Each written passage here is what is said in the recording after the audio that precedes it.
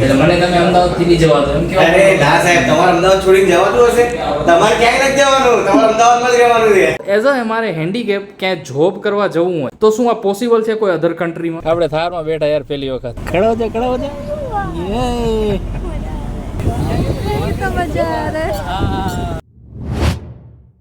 તો હર હર મહાદેવ, જય માતાજી દોસ્તો, તમારું સ્વાગત છે અમારા એક નવા વ્લોગમાં. આજે મારા એવા ખાસ મિત્ર જેમનું અમદાવાદમાં બહુ મોટું નામ છે, બહુ મોટા ઇન્ફ્લુએન્સર છે અમદાવાદના, રાજ શાહ. એમણે છે ને એક ઓફિસ ખોલી છે વિઝાની. એમનું ઇનોગ્રેશન હતું આપણે રથયાત્રાના દિવસે, પણ હું ત્યારે જઈ શક્યો ન હતો. એમણે કીધું કે દિનેશભાઈ આવો, ક્યારેક ફેમિલી સાથે આવો. તો આજે ફાઇનલી એમને એ ઓફિસે જશું, આપણે મળશું. અને એ બહુ મસ્ત માણસ છે, તમે મળશો ને તો તમને બી મજા આવશે. કેવો જોરદાર માણસ છે, બહુ મોટા ઇન્ફ્લુએન્સર છે. ઇન્સ્ટાગ્રામ ઉપર લગભગ 4 લાખથી વધારે ફોલોઅર્સ છે એમના. પણ એ વ્યક્તિ એક નંબર છે. જો અહીંયા બને છે साबूदाना वड़ा है। तूने कभी बनाया साबूदाना वड़ा के फर्स्ट टाइम बना रही है? First time.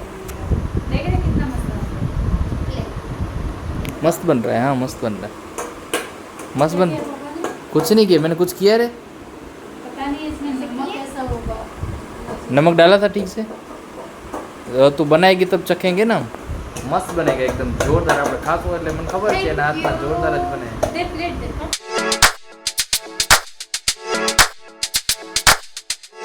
मधु फाइनली साबूदाना वड़ा बनावीने આવી ગઈ છે। ટેસ્ટ किया तूने? नहीं टेस्ट किया? आप कीजिए ना, आप बताइएगा। पहली बार बनाया છે ભાઈ। જો બને તો બરોબર છે, બાકી अब टेस्ट કરી ત્યારે ખબર પડે। અરે यार तेल बहुत है इसमें। तेल नहीं है वो। पहली बार प्रमाण बरोबर। फटाफट करो यार। अरे जल्दी चलो, गुबर आ गई है। आ जो एक लिफ्ट નો તો આખો દરવાજો કાઢી નાખ્યો લોકો। ये किसने तोड़ा रे? अपन को क्या पता। अपन को क्या पता। તો દેખ આખો દરવાજો તૂટી ગયો છે, આ લિફ્ટ ચાલુ જ નથી। આ વરસાદના કારણે કેટલું બધું પાણી અહીંયા થઈ ગયું છે। આ અમારી ગાડી બી આવી ગઈ। ચલો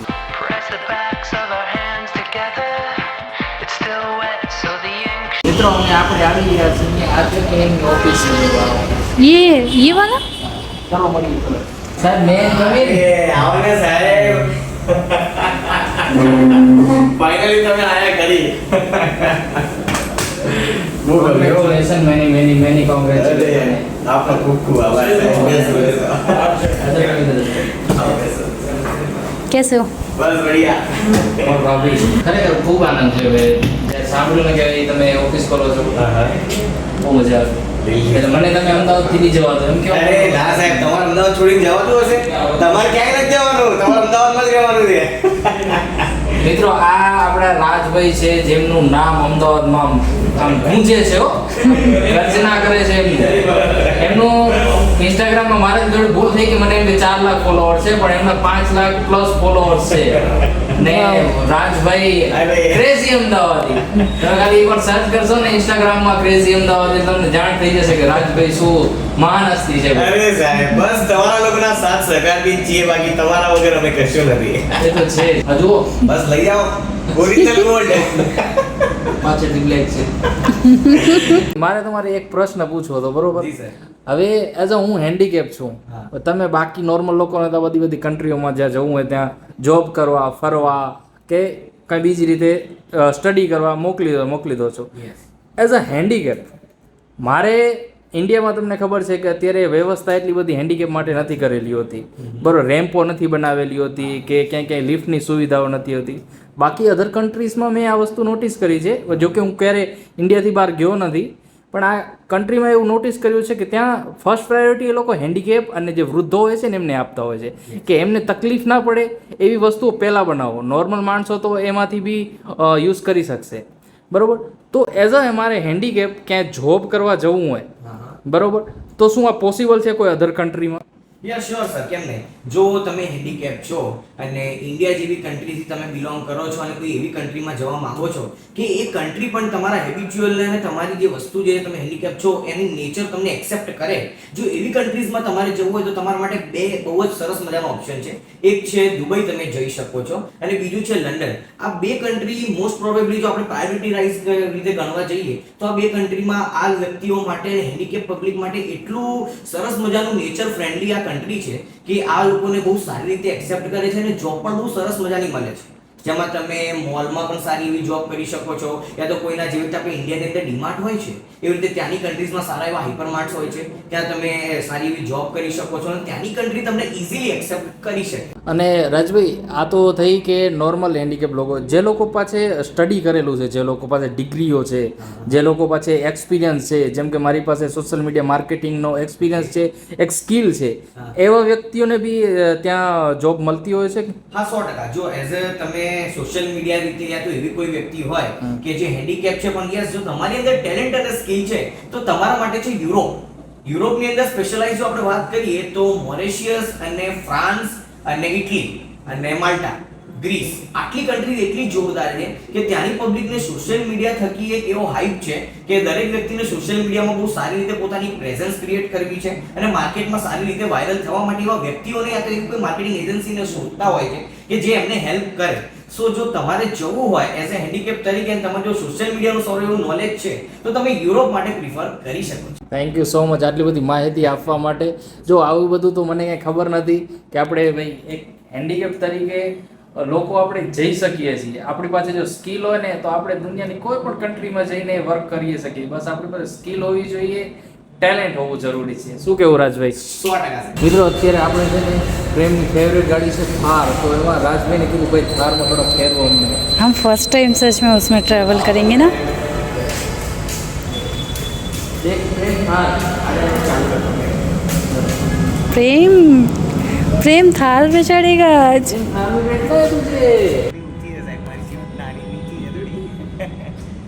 લો અહીંયા ના से नहीं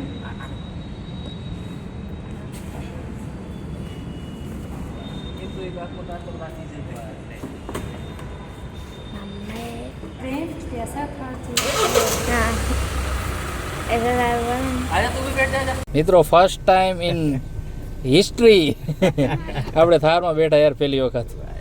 દેખો ભાઈ ભાઈ આ ગાડી આપણી જ છે ને? આપણી જ છે સાહેબ, તમારી જ છે યાર.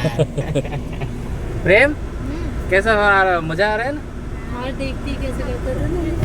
જ્યારે પણ ક્યાંય આપણી બારે થાર જોવે ને, હા. પપ્પા થાર જા રહી है, पप्पा थार जा रही है. Wow what a feeling. हाँ ले ऊपर के खोल दिया. ले जा जा प्रेम जा, खड़ा हो जा, खड़ा हो जा. ये सीट पे चढ़ जा, सीट पे तो ऊंचा हो जाएगा, छोटा लगेगा तेरे को. देखा એને મજા આવે રિયા.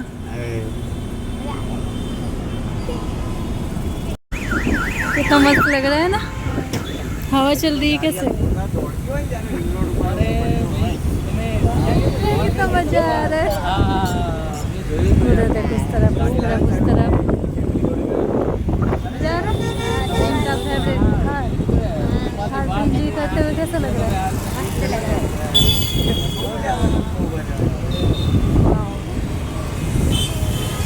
पीछे क्या ये देखो ट्रैफिक होता है. यहीं का घर है देख. मस्त घर है, बहुत अच्छा घर है. ये ઓઢવ में ऑर्डर में બહુ વાયરલ છે, મજાક છે. તમે ઓઢવની અંદર આવીને કોઈ પણ વ્યક્તિને ખાલી મારા એરિયામાં આવીને એટલું કહો ને કે રાધે વિલા, એટલે સાહેબ તમને મારા ઘરે મૂકી જાય માણસ. कितना सारा ट्रैफिक लग गया था, उस तरफ उस तरफ. એટલે હા, બહુ ટ્રાફિક છે લ્યા. આજ કેવા હોતા है. નથી ખબર, મારે ગાડી દોડાવી છે ને દોડતી નથી. મિત્રો આજે મતલબ એવી મજા આવી ને થારમાં પહેલી વાર ફર્સ્ટ ટાઈમ બેઠા આપણે, પણ ટ્રાફિક બહુ છે મારે, બહુ ટ્રાફિક ગજબ ભાઈ. तेरे को कैसा लगा रहा तेरी फेवरेट कार में? मजा आ गया. મળીએ છે. ચાલો ઓલ રાઈટ ગાઈઝ, આપણે પણ બહુ જલ્દી મળીએ છીએ દિનેશભાઈ જોડે. Thank you so much. Rajbhai तो चले गए, अब हम नहीं जाना घर. आ रहा है हमारा. हाँ उबर बुक કરી છે, કઈ ઉબર બુક કરી છે જલ્દી. અત્યારે વરસાદનો ટાઈમ છે ને, જલ્દી पिकअप लेता नहीं. જોઈએ હવે बेसमेंट में ही वेट करना पड़ेगा, बाहर जाएंगे तो पानी भरा हुआ है, बहुत पानी है. तो इसलिए तो बोल रहा हूँ उसको बेसमेंट में ही बुला लेते हैं. बेसमेंट में शायद પેલો ગાડીવાળો નહીં આવે એટલે અમારે બહાર જ વેઇટ કરવો પડશે એનો. એ મમ્મી अभी एक तरफ क्यों टेढ़ा कर रही है? अरे इस तरफ से धक्का मारना, इस तरफ से. चलो मित्रों, कैब भी આવી ગઈ અમારી. इतना टाइम थोड़ी लगता है प्रेम, जल्दी कर फटाफट कर, इतने में तो 10 ताले खुल दिए होते. Thank you so much. તો અમે આવી ગયા છીએ ઘરે, હોમ સ્વીટ. તો મિત્રો જમવામાં આપણે પાઉંભાજી લઈ આવ્યા હતા, તો આજે એ જ જમશું. ને મધુને જમ, તેરે को नहीं खाना है रे? कितना बड़ा लेके आए? ये ब्रेड खाएगी अभी? ये नहीं खाना है, पाव भाजी नहीं खाना? नहीं वो नहीं खाना है, तो क्या खाएगी तू? केक लाई ना वो खाना. वो ખાएगी. ઠીક છે, ચલો તો આપણે જમી લઈએ અને વ્લોગ કરશું અહીંયા એન્ડ. હોપ તમને વ્લોગ પસંદ આવ્યો હશે. જો વ્લોગ પસંદ આવ્યો તો લાઈક કરી દેજો, ચેનલ ઉપર નવા આવો તો સબસ્ક્રાઈબ કરી દેજો. મળશું ફરી આપણે નવા વ્લોગમાં. ત્યાં સુધી શુભરાત્રી, જય માતાજી, આવજો.